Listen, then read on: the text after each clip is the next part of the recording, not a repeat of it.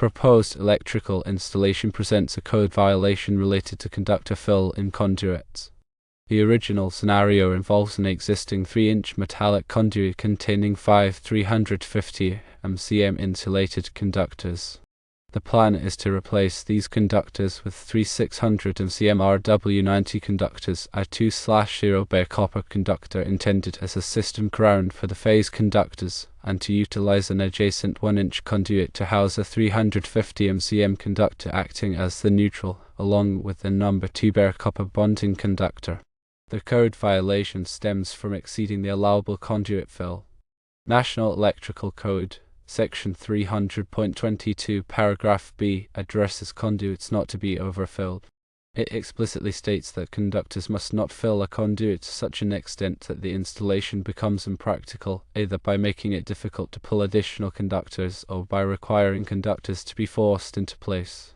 The initial configuration of 5 350 mcm conductors within a 3-inch conduit already approaches the maximum permissible fill capacity. According to Table 1 in Chapter 9 of the NEC, this arrangement occupies approximately 31% of the conduit's cross-sectional area.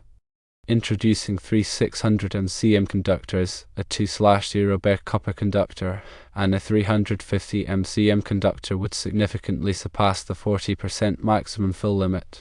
Therefore, implementing the proposed changes would result in an overfilled 3-inch conduit, constituting a direct violation of NEC regulations. To rectify this situation, 2 primary solutions are available.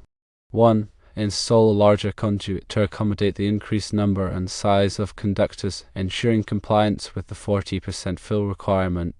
2. Reduce the number of conductors within the existing 3-inch conduit to remain compliant with NEC Section 300.22, Paragraph B. This might involve reconsidering circuit design or conductor sizing to achieve the desired electrical performance without exceeding the allowable conduit fill.